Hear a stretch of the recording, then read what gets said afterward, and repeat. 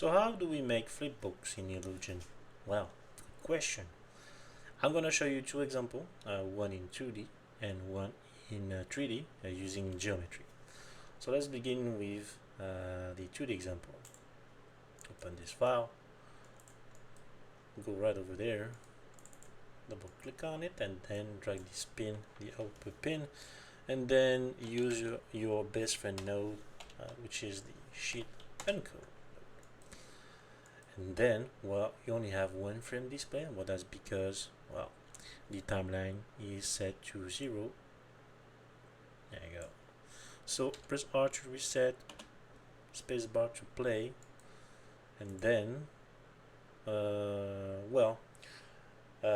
by default it's an 8x8, so 64 frame. So if you want to modify it for a 6x6, for example, you can do so like this, and then as you can see, it's gonna automatically adapt the amount of frame total. That's good. But one thing to watch out about this one is at some point you decide to put it back to an 8x6, for example, for whatever reason. Let's put it back to 8x8. Well, it's not gonna do it anymore. So you're gonna have like to reset this parameter by using this, and then now it's gonna adjust the total amount of frame. So 5x5, good, and then revert it back to 8x8 again, reset. It works. It looks to work one way, but not on the other. But not a big deal. Just be aware of that fact. So let's just go with an 8x8. So try this pin out, and then you do an export. In our case, it's going to be an export color, and then you have export alpha. If you have an alpha in your texture, you can toggle this one.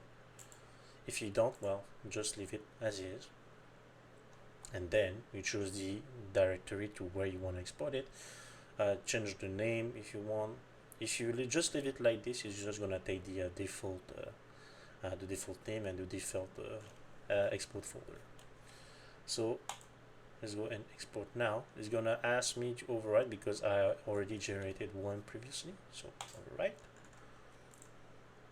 and then not this one, is gonna be this one over there. Nice. That being said, though, there's a couple things you need to be aware of, to watch out for. Let's say, for example, you have a case where you decide to press pause at some point, you don't pay attention, and then you export this one over there. Well, you have an issue where it's gonna take the first frame, for example, and well, not all the frames are gonna be generated. So, and then another problem you can encounter as well is if you have this toggle over there, like a looping region, where I don't know, at some point you set it to between 0 and 32 or 33. Press play. Okay, as you can see, it's gonna only generate what's within that looping region. Export, overwrite. Let's go back there. Not even that. It's not even gonna generate all this frame between this range. It looks like it's only gonna export the first one, like so. Again, well, not even the one in the region, I guess the one where, you know, by the time you click export, it might be within that region, so it's gonna generate the amount of frame that's within when you actually export the stuff. There you go. So to solve this issue, you can just to avoid this problem, you can just go into the export node, and then you go over there, and then you have first frame. So you're gonna set the first frame to 64.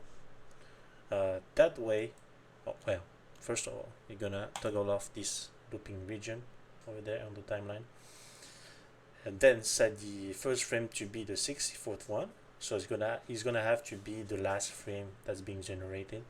So we got an 8x8, so 64 frames. So the last frame is gonna be the 64th. So export now, overwrite, and then as you can see,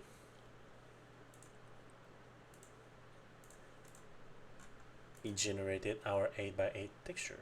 Right. Let's try again. Export now.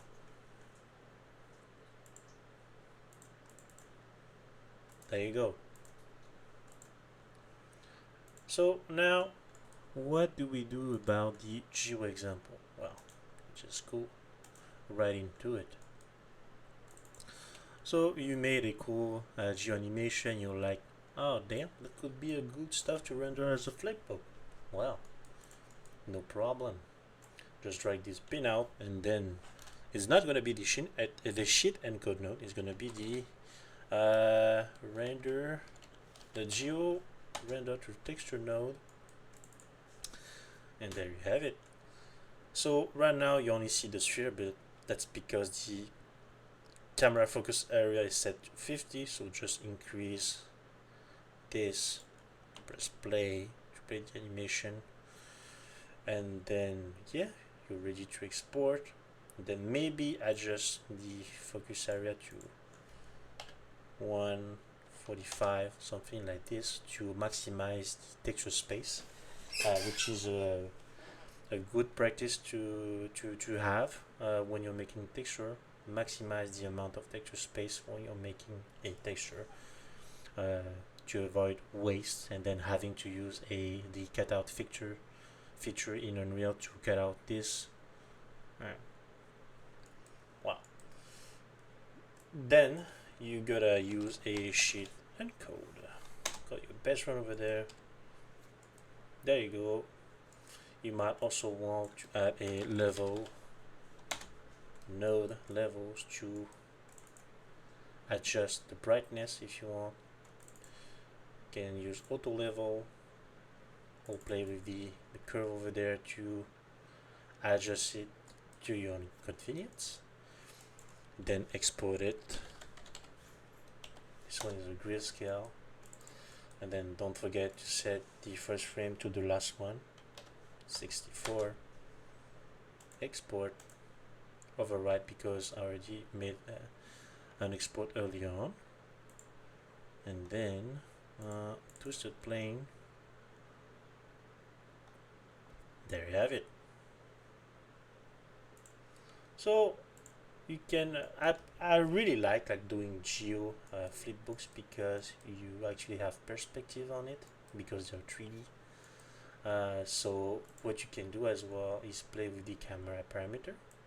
You have the camera roll, but not really interesting for our case. It can be the camera elevation, like so. Just do like this, and then you can even put it like so until it's flatter like this. Right now it's looking like you have like a magical orb with some kind of like spirit trails like orbiting around it. So you can play with the camera parameter perhaps. Well, camera parameters. And if you want to have an external control for the camera, you can just drag this pin out over there and then do it like this. You have photographic camera or not, but to be honest, it's not very useful in our case. I prefer just modify the camera controls over there. It's just up to you. So now, because it's geo, well, it's not just because it's geo, you can also add like a displacement to it. So I already have a setup prepared for this one example over there, and then let's say I want to add deformation to the sphere in the middle, the orb. So I'm just gonna link the geo shape node to this one, and then drag this out over there. And as you can see, it's being deformed. Nice. Now you can also copy that setup and then plug it to the planes that are spinning around it, and then plug this one here and this one over there. And as you can see, you have deformation on this one. You can also play again with the camera elevation param to get another view on this one, and I would say it looks pretty good. So now export it again, and there you go. Have fun.